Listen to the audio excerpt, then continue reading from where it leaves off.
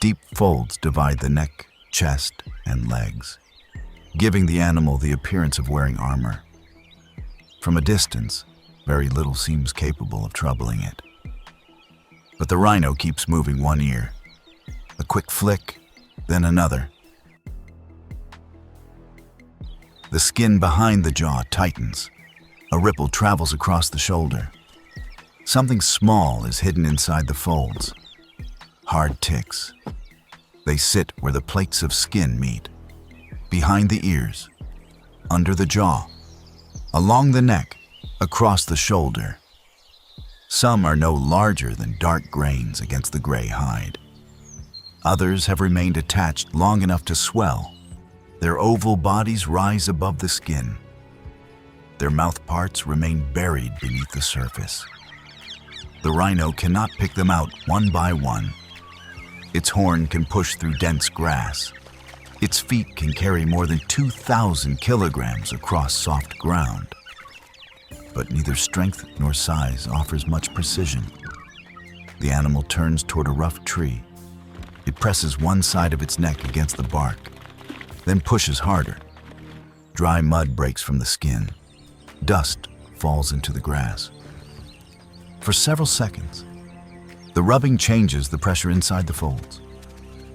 But when the rhino steps away, its ear begins moving again. The irritation is followed. Ahead lies a shallow wallow. The rhino enters slowly. Mud closes around its feet, then its lower legs. The animal lowers one side of the body and rolls. Wet clay spreads across the shoulder and neck. It settles into the deep creases behind the front legs. Mud may cool the skin. It may smother some insects close to the surface. But the ticks already locked into the deepest folds remain attached. When the rhino rises, the armor is darker, heavier, covered in wet earth, but not empty. Across the floodplain, life continues around it. Hog deer move through openings in the grass. A distant elephant passes behind a line of reeds. Small birds travel between the backs of grazing animals, the muddy banks, and the open ground. Two jungle mynas arrive separately. The first lands on the rhino's shoulder. Its feet find purchase on the rough surface. The second settles farther back, near a high fold above the front leg. Neither bird approaches the rhino as a patient. To them, the body is terrain. Ridges, creases, dry mud, small moving shapes, places where food may be hidden. The first myna begins near the shoulder. It walks toward the neck, stopping every few steps. Its head turns sharply to one side, then the other. The yellow-orange beak touches the surface of a fold. Nothing. The bird moves higher. Another crease contains only mud and loose skin. It continues toward the ear. Behind it, the second myna searches in the opposite direction. The two birds are close enough to notice each other, but far enough apart to avoid conflict. For now, the rhino is large enough for both of them. Then the first bird stops. Inside the fold behind the ear is a swollen tick. It is partly hidden beneath a thin edge of skin. Only the rounded body is clearly visible. The myna lowers its head. The tip of the beak closes around the parasite. The bird pulls. The tick remains fixed. The myna releases it. The rhino's ear moves sharply, forcing the bird to step aside. For a moment, nothing happens. The myna waits until the ear settles. Then it returns. This time, it approaches from lower in the fold. Its feet spread farther apart. The beak closes around the tick again. A second pull shifts the swollen body. Only slightly. The attachment still holds. The bird stops before the rhino reacts again. It changes position.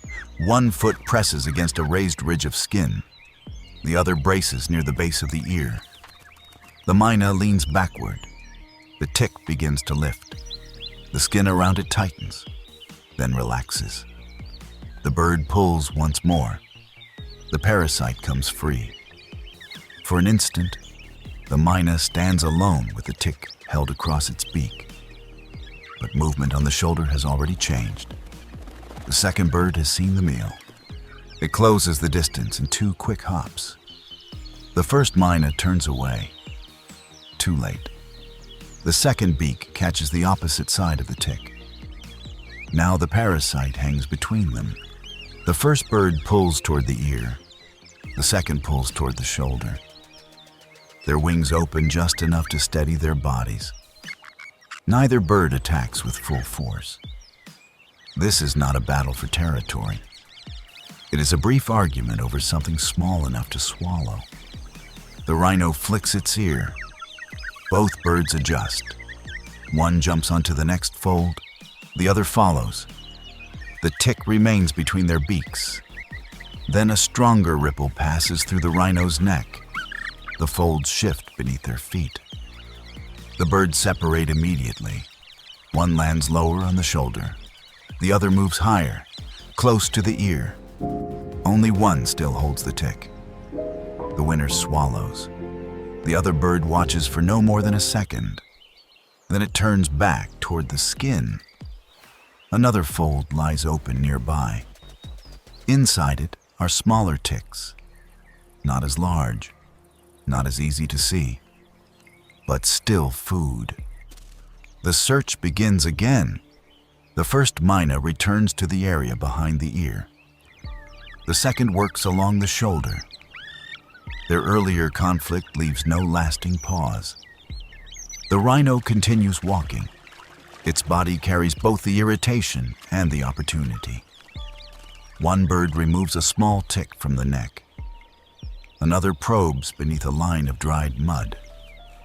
The ear still flicks, though less often than before. Several parasites remain. Some are too deep. Others are hidden where the birds have not yet searched. The red irritation around the folds does not disappear. The rhino is not transformed. There is no sudden cure. Only a few missing ticks, a few quiet seconds between movements of the ear, a little less pressure in one small part of a very large body. As the day warms, the rhino leaves the wallow. Mud dries across its sides. The folds become lighter where the sun reaches them. Tall grass closes around the legs. The 2 Mynas travel with the animal for a while. One rides near the shoulder, the other moves along the neck. Sometimes they search. Sometimes they lift away and circle back.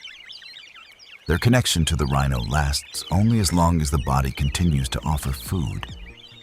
Yet the result can still matter. A bird gains a meal from a place few animals could reach. The rhino loses a parasite from a place it could not reach at all. No plan joins them.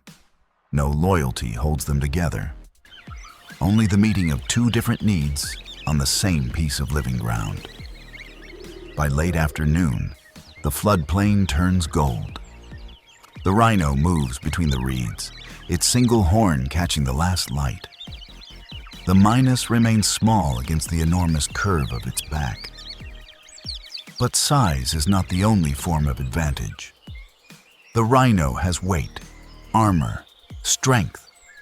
The birds have balance, precision, access, and inside the folds of a body built to resist almost everything. That may be enough to find the smallest hidden opportunities.